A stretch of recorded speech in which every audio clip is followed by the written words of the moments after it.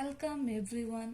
आज हम पढ़ेंगे बौद्ध धर्म। बौद्ध धर्म के संस्थापक गौतम बुद्ध थे। इन्हें एशिया का ज्योतिष पुंज लाइट ऑफ एशिया कहा जाता है। गौतम बुद्ध का जन्म 563 ईसा पूर्व में कपिल वस्तु के लुम्बिनी नामक स्थान पे हुआ था। इनके पिता यशोधन शाक्य गण के मुखिया थे। इनकी माता माया देवी की मृत्यु इनके जन्म के 7वें दिन ही हो गई थी। इनका लालन पालन सौतेली माँ प्रजापति गौतमी ने किया था। ये इनकी मौसी भी थी।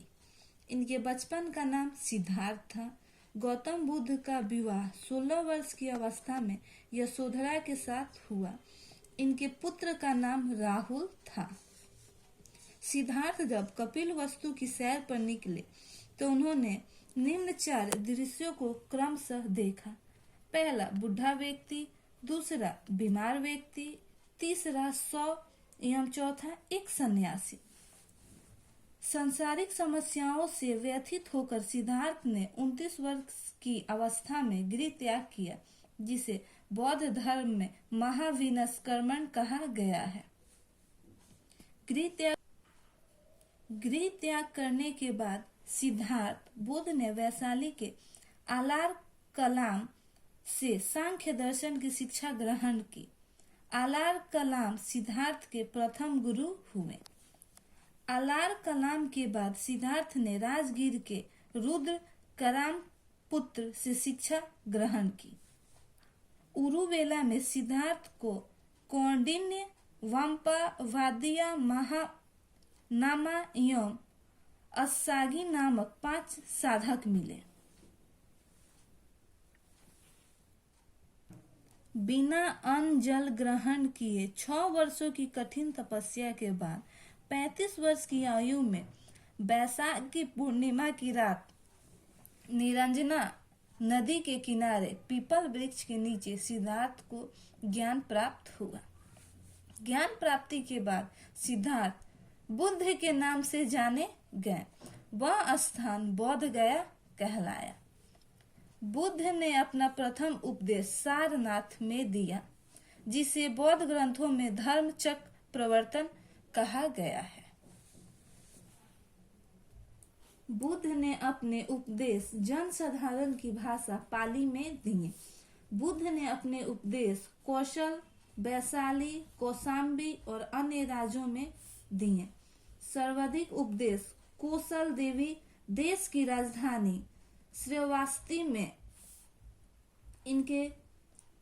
बुद्ध की मृत्यु 80 वर्ष की अवस्था में 483 ईसा पूर्व में कुशीनारा में चुंद द्वारा अर्पित भोजन करने के बाद हो गई, जिसे बौद्ध धर्म में महापरिनिर्वाण कहा गया है। मल्लों ने अत्यंत सम्मानपूर्वक बुद्ध का अंत्येष्टि संस्कार किया। एक अनुश्रुति के अनुसार मृत्यु के बाद बुद्ध के शरीर के अवशेषों को 8 भागों में बांटकर उन पर 8 स्तूपों का निर्माण कराया गया। बुद्ध के जन्म एवं मृत्यु की तिथि को चीनी परंपरा के कैंटोन अभिलेख के आधार पर निश्चित किया गया है। बौद्ध धर्म के बारे में हमें विशद ज्ञान त्रिपिटक, विनय पिटक, सूत पिटक और अभिधम्य पिटक से प्राप्त होता है। तीनों पिटकों की भाषा पाली है।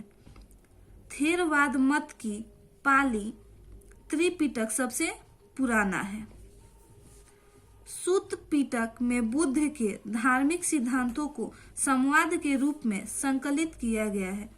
विनय पिटक में संघ के भिक्षुकों एवं भिक्षुणी के लिए बनाए गए नियमों का संग्रह किया गया है और इसमें संघ के अनुशासन के तोड़ने पर किए जाने वाले प्रायश्चितों की सूची भी दी गई है।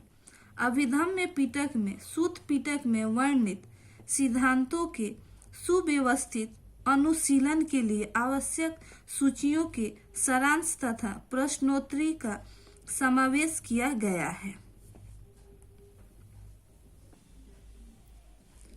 पाली त्रिपिटकों की पहली शताब्दी ईसा पूर्व में श्रीलंका के शासक वात्यगामिनी की देखरेख में पहली बार लिपिबद्ध किया गया। सूत पिटक के 5 निकाय हैं: दीर्घ, मंजिम, संयुक्त, अंगुत्तर, खुद्दक। बुद्ध के पूर्व जन्मों से जुड़ी जातक कथाएं खुद्दक निकाय की 15 पुस्तकों में से एक है।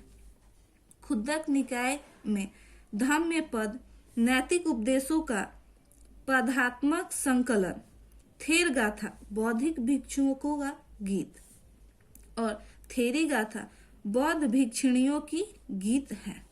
बौद्ध धर्म मूलतः अनिश्वरवादी है। इसमें आत्मा की परिकल्पना भी नहीं है। बौद्ध धर्म में पुनर्जन्म की मान्यता है। तीक्ष्णता को क्षीण हो जाने की अवस्था को ही बौद्ध ने निर्वाण कहा है। विश्व दुखों से भरा है का सिद्धांत बुद्ध ने उपनिषद से लिया है। बुद्ध के अनुयायियों 2 भागों में विभाजित थे। पहला भिक्षुक और दूसरा उपासक। भिक्षुक बौद्ध धर्म के प्रचार के लिए जिन्होंने संन्यास ग्रहण किया उन्हें भिक्षुक कहा गया, और उपासक गृहस्थ जीवन व्यतीत करते हुए बौद्ध धर्म अपनाने वाले को उपासक कहा गया। बौद्ध संघ में सम्मिलित होने के लिए न्यूनतम आयु सीमा 15 वर्ष थी। बौद्ध संघ में प्रविष्ट होने को उपसंप्रदा कहा जाता था। बौद्ध धर्म के 3 रत्न हैं: बुद्ध, धम्म एवं संघ। Thanks for watching this video. Please like, share and subscribe.